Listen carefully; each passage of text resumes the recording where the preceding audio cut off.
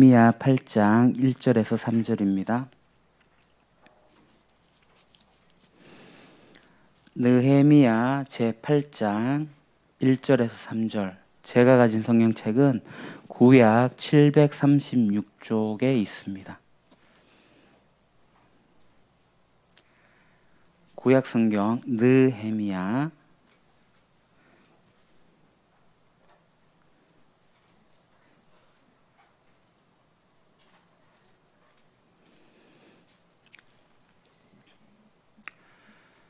성경책이 없으신 분 앞에 화면을 보셔도 되겠습니다. 8장 1절에서 3절 우리 같이 봉독하겠습니다. 이스라엘 자손이 자기들의 성읍에 거주하였더니 일곱째 달에 이르러 모든 백성이 일제히 수문 앞 광장에 모여 학사 에스라에게 여호와께서 이스라엘에게 명령하신 모세 율법책을 가져오기를 청하매 일곱째 달 초 하루에 제사장 에스라가 율법책을 가지고 회중 앞 곧 남자나 여자나 알아들을 만한 모든 사람 앞에 이르러 수문 앞 광장에서 새벽부터 정오까지 남자나 여자나 알아들을 만한 모든 사람 앞에서 읽음에 뭇 백성이 그 율법책에 귀를 기울였는데. 아멘.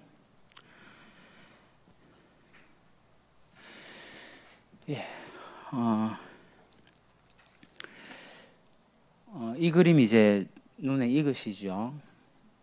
지금 색깔이 선명하게 나오진 않는데 중간에 있는 이 빨강색이 포로로 잡혀가는 경로고, 이 위에 있는 빨강색이 그 1차 스룹바벨의 이동 경로고, 그리고 파란색이 2차 포로 귀환의 경로입니다. 그러니까 유다가 이제 바벨론에게 침략을 당해가지고 이제 포로로 끌려간 것도 3차례. 그러니까 포로 생활을 하다가 유다로 귀환한 것도 3차례입니다. 우리가 지난번에 이제 1차 포로 귀환을 배웠습니다. 오늘은 이제 2차 포로 귀환, 3차 포로 귀환으로 해서 구약의 마무리, 이제 끝까지 이야기하고자 합니다. 우리 지난번에 이제 1차에서 포로 귀환한 사람의 대표 주자가 스룹바벨 예수아였다라는 것을 배웠죠. 그래서 스룹바벨이 주도하여서 무너진 성전을 재건하기 시작해요. 그래서 솔로몬 성전이 무너졌는데 재건되는 성전 이름을 스룹바벨 성전이라고 합니다. 제2성전이라고 하죠. 그러나 이 성전 재건을 시작했지만 그 사마리아 사람들의 방해로 인해 가지고 성전이 재건되다가 중단이 되었어요. 16년 동안 멈춰 있다가 학개서가랴 선지자를 통해 가지고 격려받으면서 성전이 완공이 됩니다. 이 완공된 이후에 60년이 흘러 가지고 이제 이 페르시아 땅에 있던 에스라가 이제 귀환을 하게 됩니다.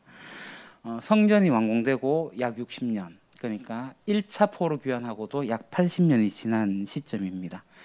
1차 때는 고레스 왕의 칙령으로 가게 됐는데 2차 때는 그 다음 왕인 아닥사스다 왕의 허락을 받아가지고 많은 귀환자들을 모집하고 인솔하여서 이제 예루살렘에 돌아오게 되죠. 이 기간이 약 80년 정도가 되는 겁니다. 1차 고레스 왕이 칙령을 내려가지고 너희 나라로 돌아가도 좋다라는 것도 참 감사한 일이었고, 2차로 80년이 지난 시점에 아닥사스 왕이 포로들을 다시 보내겠다라고 조서를 내린, 그것도 참 감사한 일입니다.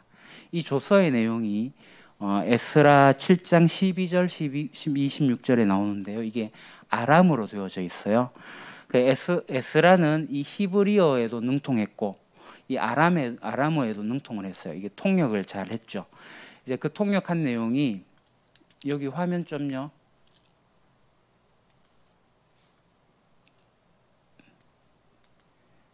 예.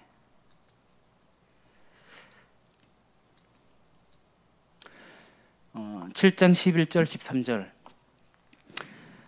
에스라는 제사장이면서 학자이며 이스라엘이 받은 주의 계명과 율례를 많이 배운 사람이었다. 다음은 아닥사스다 왕이 에스라에게 보낸 칙령을 옮겨 적은 것이다.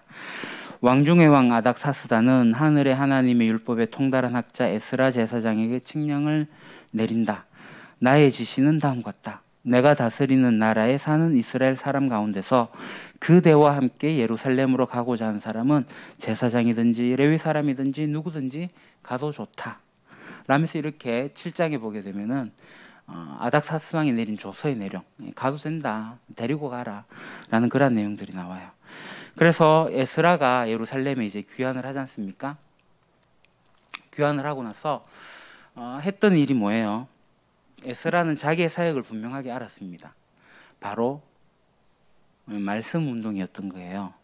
에스라 8장 16절 17절을 보시게 되면요, 그래서 나는 지도자급 인사인 엘레셀과 이렇게 등등등등 불러서 17절 가시바 지방의 지도자 이또에게 보냈다.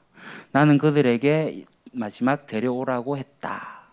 그러니까 에스라는 그 말씀 운동을 하기 전에 미리 인적 네트워크가 구축이 되어져 있었습니다. 함께하는 동력을 할 사람들이 함께 있었던 거예요. 그래서 그 지도자급인 사람들을 불러다가 같이 일할 동력자들을 데려오라고 한 거죠. 그러니까 인적 네트워크가 있었던 거예요. 그래서 데려옵니다. 18절 20절 하나님이 우리를 잘 보살펴 주셔서 갔던 이들이 사람들을 데려왔다. 그리고 20절 마지막에 이들이 모두 등록을 하였다. 그러니까 이게 에스라를 비롯해서 함께하는 이들과 그들과 함께 이어지는 네트워킹이 이루어지는 것을 보게 됩니다. 그러면서 개혁을 위한 드림팀이 구성이 되는 거예요.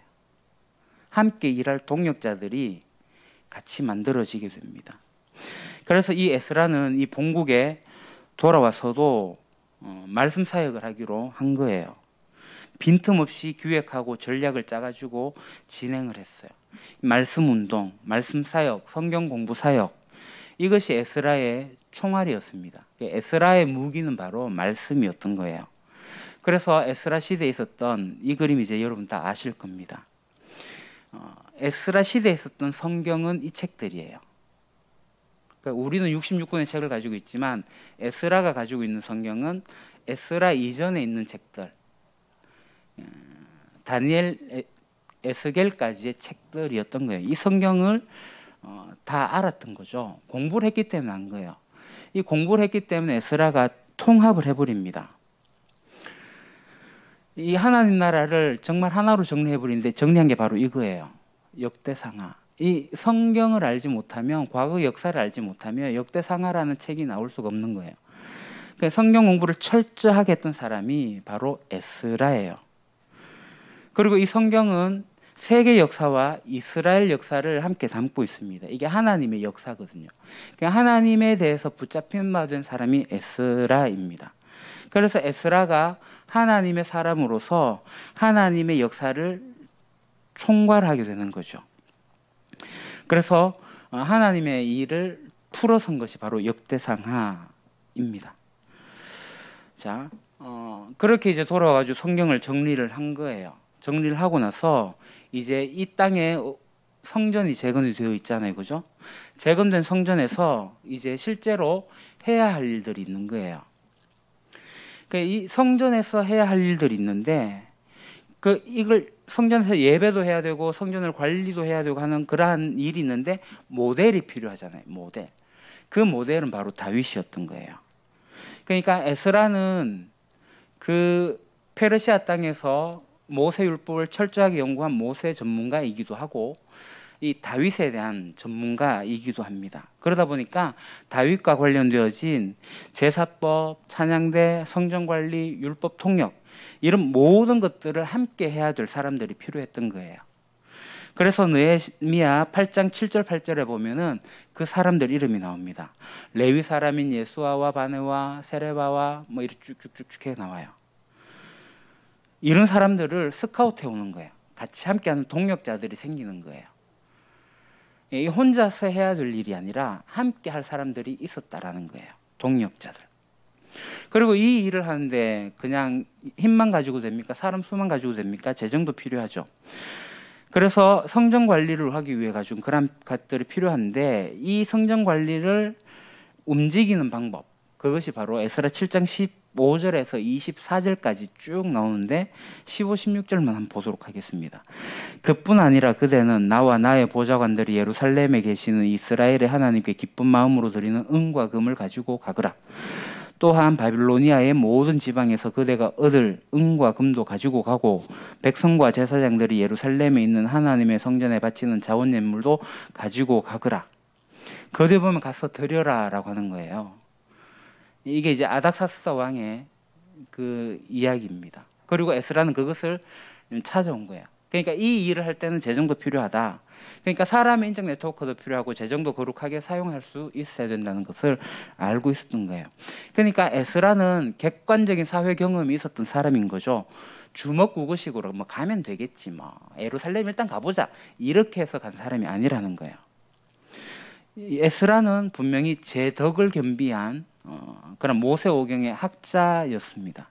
실제로 그러한 일들을 할 수 있는 능력을 가지고 있었습니다. 그리고 이 에스라는 이후에 13년 뒤에 오는 느헤미야와 함께 동역을 하게 되는데요. 그 에스라와 느헤미야가 동역하는 그 클라이맥스 현장은 바로 8장에 나옵니다. 우리가 읽은 오늘 본문이에요.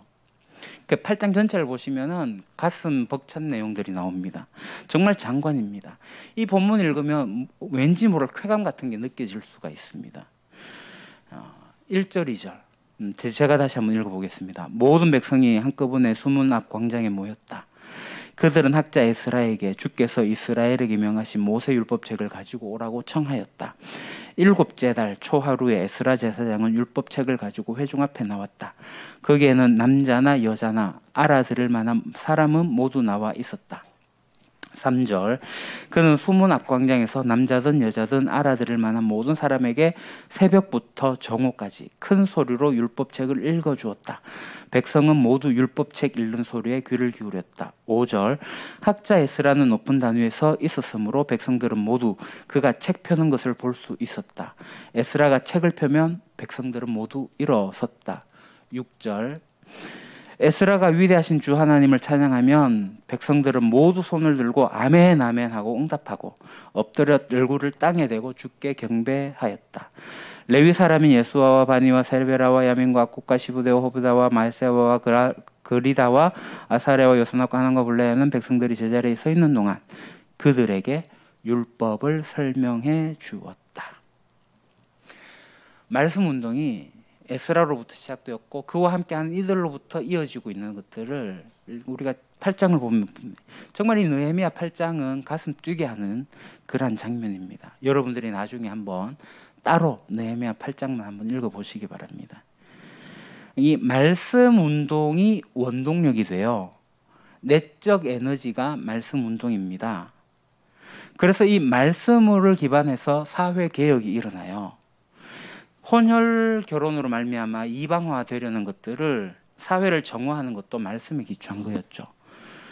그러니까 에스라의 카리스마가 나타나는 장면들입니다. 그러니까 에스라가 할 수 있었던 것은 그 기초에 말씀이 있었기 때문이에요. 말씀이란 컨텐츠가 있었기 때문에 말씀을 가지고 사역을 할 수가 있었던 거예요. 그리고 구체적인 결단까지 성전 관리를 위한 언약을 하고 결단을 하고 그래서 일상의 삶을 거룩하게 하고 싶어하는 사람들의 소원까지 이게 그냥 말로만 이루어지는 게 아니라 도장 찍기까지 합니다. 그래서 느헤미야 10장 1절에서 쭉 보시면 언약한 사람들 이름이 쭉 나와요. 1절 서명한 사람들은 다음과 같다. 하갈의 아들인 총독 느헤미야와 시드기야와 쭉쭉쭉쭉 도장 찍기까지 나 헌신하겠습니다. 결단하겠습니다. 라는 말로만 하는 것이 아니라 실제로 그렇게 갔다라는 거예요. 그래서 이 구약의 마지막은 용두사미로 끝나는 것 같진 않아요. 그냥 망하는 걸로 끝나는 게 아니에요. 다시 말씀 운동이 일어나고 회복되어지는 일들이 일어나고 있는 그런 무대가 구약의 마지막입니다. 그러니까 하나님 나라를 다시 회복하는 그 기세를 놓칠 수 없는 세팅인 거예요. 이런 분위기 속에서는 이제 하나님이 진짜 오실 것 같아요. 메시아가 오실 것 같아요. 빵빠레를 울리면서 메시아가 등장할 것 같은 그러한 분위기입니다. 자, 이제 느헤미야를 보도록 합시다. 히브리어 원전의 원성경에 보게 되면요, 이 에스라와 느헤미야는 한 권의 책으로 되어져 있습니다. 그래서 많은 학자들은 이 느헤미야서도 에스라가 기록한 것이다라고 보기도 합니다. 이게 이제 히브리어가 번역이 될 때 70인역이라고 하는데요. 70인역은 이 에스라를 에스라 1서, 느헤미야를 에스라 2서라고 이렇게 표제를 달고 있습니다. 그래서 에스라가 중심이 되고 있다. 그러니까 에스라는 이 포로 시대에 그만큼 위대한 지도자였던 것이죠. 그래서 이 에스라와 느헤미야는 따로 분리해서 볼 책이 아니라 함께해서 봐야 될 책입니다. 역사가 뒤섞여 있거든요. 그래서 같이 가는 책입니다. 그래서 이 두 권의 책이 포로 시대 역사를 다 이야기하고 있어요. 자, 다시 봅니다.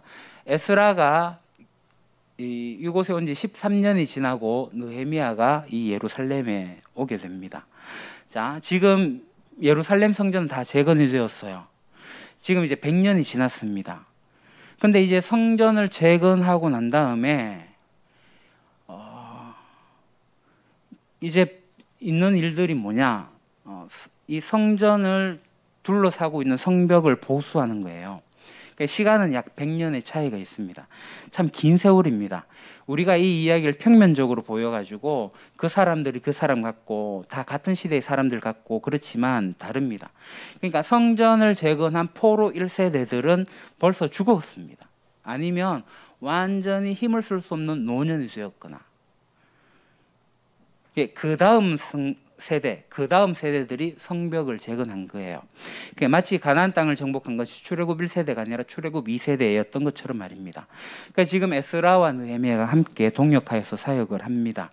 그래서 에스라와 느헤미야는 늘 같이 붙어 다니죠. 다니엘과 에스겔이 늘 같이 붙어 있었던 것처럼 에스라와 느헤미야도 함께 붙어 있습니다. 자, 그렇게 느헤미야는 3차로 귀환을 한 거예요. 자, 다시 정리하게 되면 1차는 스룹바벨, 2차는 에스라, 3차는 느헤미야입니다. 그렇게 이제 3차 포로들과 함께 느헤미야가 귀환을 해요. 예루살렘에 도착을 하죠.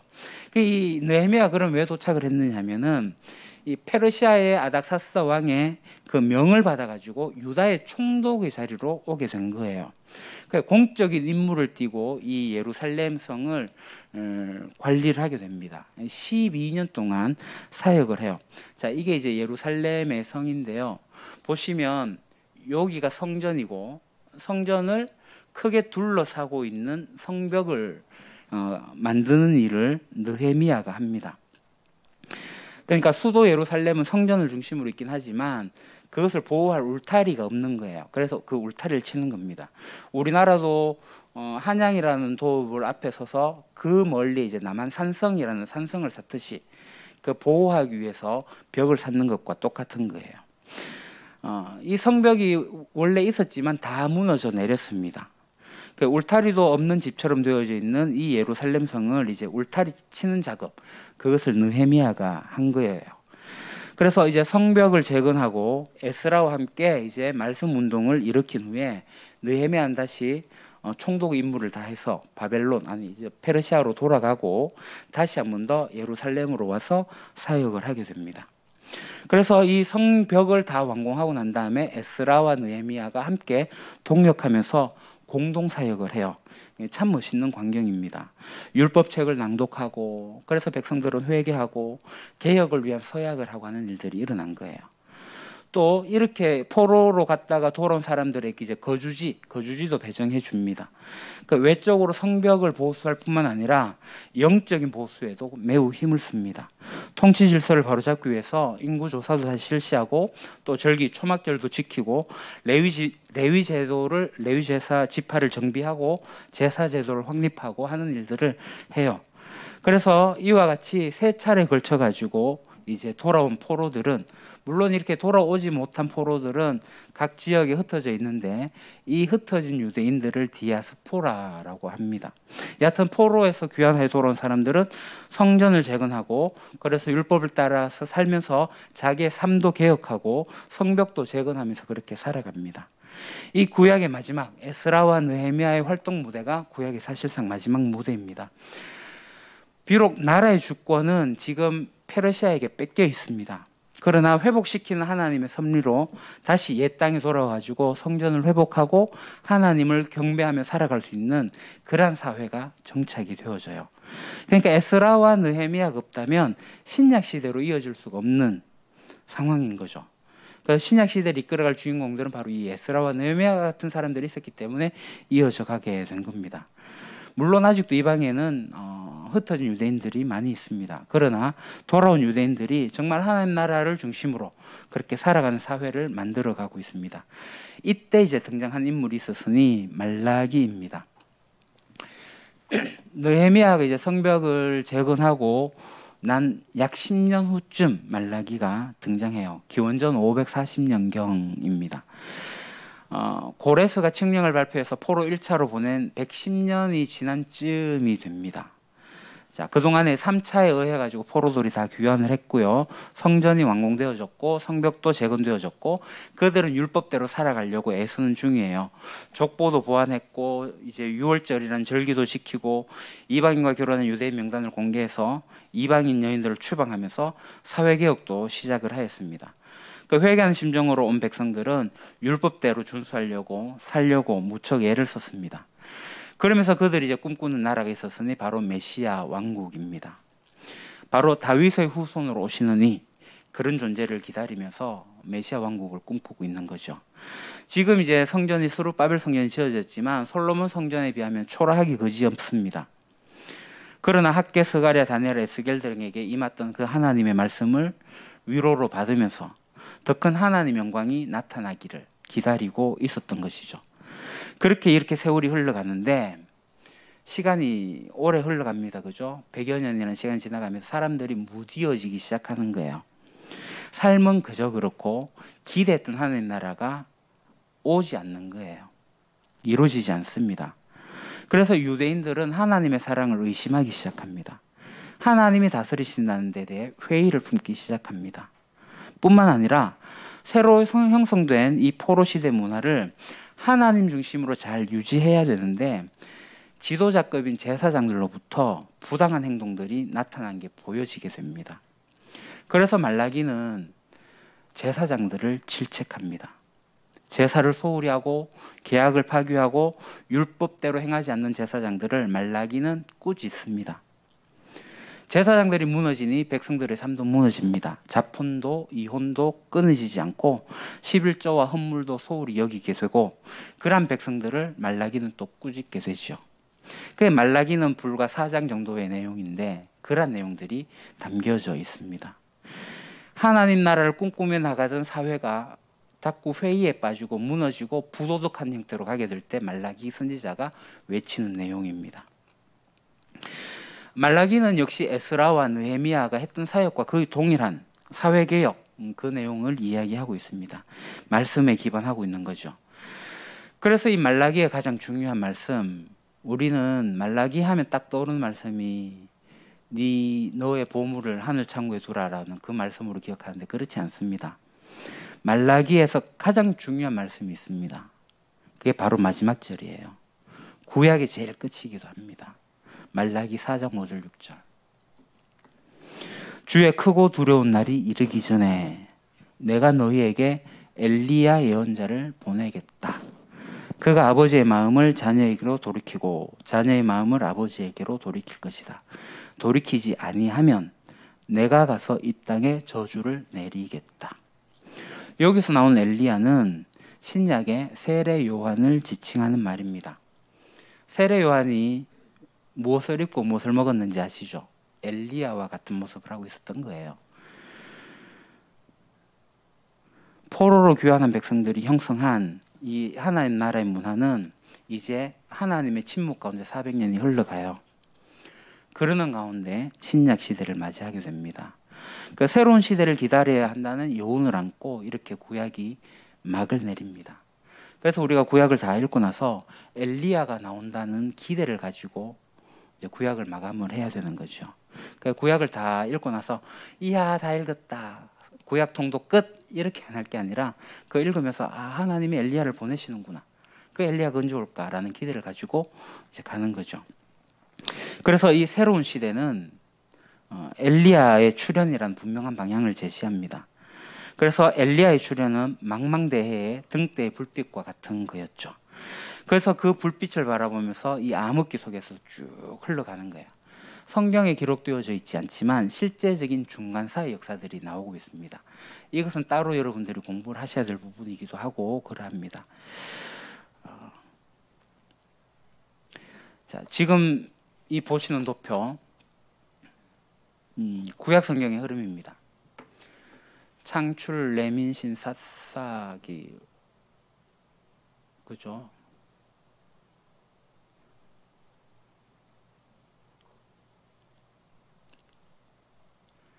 구약의 모든 39권이 이렇게 이루어지는 겁니다. 태초로부터 시작하여서 오는 거예요. 그러니까 구약이 말하려고 했던 것은 이스라엘이라는 국가 정도가 아니에요. 물론 이 국가를 유대왕인 예수님을 보내시는 도구로 사용했습니다. 그리고 그 나라를 통해서 이 세계 역사 속에서 하나님 나라를 소개하셨고 하나님이 어떤 분인지 드러내셨습니다. 그것을 우리는 계시하셨다라고 하는 거예요.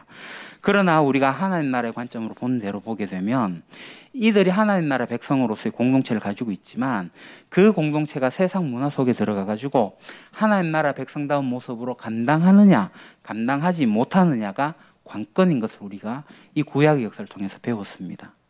아무리 그 이름이 하나님의 택한 백성이라고 할지라도 그들이 하나님 백성으로서의 맛을 내지 못하면 길에 버림받는 거예요.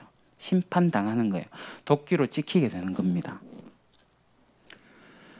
우리가 매주 부르는 찬양입니다. 태초의 말씀으로 천지를 지으시고 사람에게 다스리라 명하신 하나님, 사람들 교만하여 하나님의 꿈을 버리고 떠나갔지만 당신의 역사 속에 한 백성 한 민족 택하시고 세상 위한 복의 근원 삼으신 하나님, 그들도 반역하여 하나님의 꿈을 짓밟고 거부했지만, 이 내용입니다.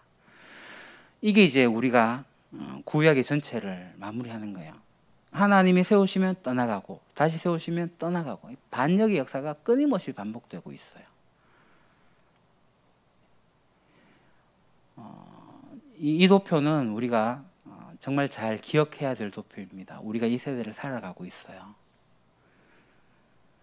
예수님이 이 땅에 오시고 십자가에서 죽으시고 부활하심으로써 하나님의 나라를 갖고 오셨습니다.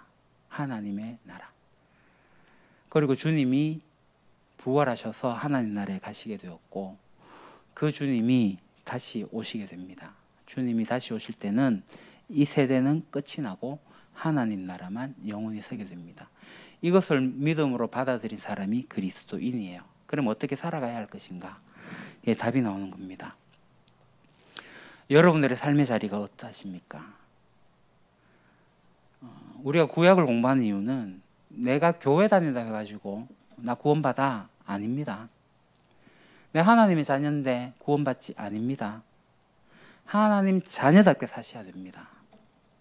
하나님 백성에 걸맞은 삶을 사셔야 됩니다. 하나님 백성다운 삶을 살아가는 것이 중요합니다. 구원은 이미 이루어졌지만 구원을 이루어내야 할 것이고 나중에 구원이 완성이 되어질 거예요. 그래서 우리는 그 구원을 이루기 위해서 어떻게 살아가야 되죠? 우리 교회의 모토는 찾는 이로부터 변혁자까지입니다. 그래서 우리의 교회 사명 선문이 교회 주부에 기록되어 있어요. 찾는 이들 찾아 교제하고 섬기고 복음을 제시하여서 우리의 진실한 공동에 속하게 하고 함께 균형 잡힌 성장을 이루어나가면서 사회의 안팎으로 변혁을 이루어내고 최종적으로 하나님의 앞에서 하나님을 예배하는 것. 이게 그리스도인들의 라이프 스타일이 됩니다. 그래서 그 라이프 스타일을 하기 위해서 우리가 이 풍성한 삶에 이 안에 들어가는 거예요. 내가 그리스도 안에 속해가지고 그리스도의 장성한 분량이 이르기까지 자라나는 겁니다. 그 일이 우리에게 있는 거예요. 그게 우리가 하나님 나라 백성의 자리입니다. 그래서 하나님을 예배하고 하나님 예배하는 건 하나님 사랑하는 거거든요. 그러니까 하나님 사랑하는 만큼 어떻게 해야 된다고요? 이웃을 사랑하는 거예요. 그래서 하나님 사랑과 이웃 사랑은 우리들의 라이프 스타일이 되어야 됩니다. 그래서 우리 유림교회가 사랑하는 공동체, 그 속에서 서로 네트워킹이 되어서 서로 협력하여 동역하는 공동체, 그 기초에 말씀이 기반이 되는 공동체, 그런 공동체가 되기를 소망합니다. 기도하겠습니다. 하나님 아버지, 우리가 하나님 나라 백성으로서 이 세상을 살게 될 때 소금이 그 맛을 간직해야 될 터인데 그 맛을 간직하지 못하면 밖에 버리워 사람들에게 밟힐 뿐이라는 사실 우리가 잘 압니다. 그리스도인답게 살아가는 저희들 되게 하여 주십시오. 과거 이스라엘 백성들이 하나님의 백성이었지만 계속 하나님을 배반하고 거역하고 그 뜻을 떠나가서 하나님께 심판당하는 모습들을 본 것처럼 오늘 우리들이 그렇게 되지 않기를 소망합니다.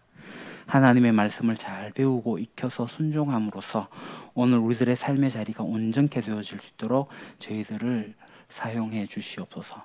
예수님 이름으로 기도합니다. 아멘.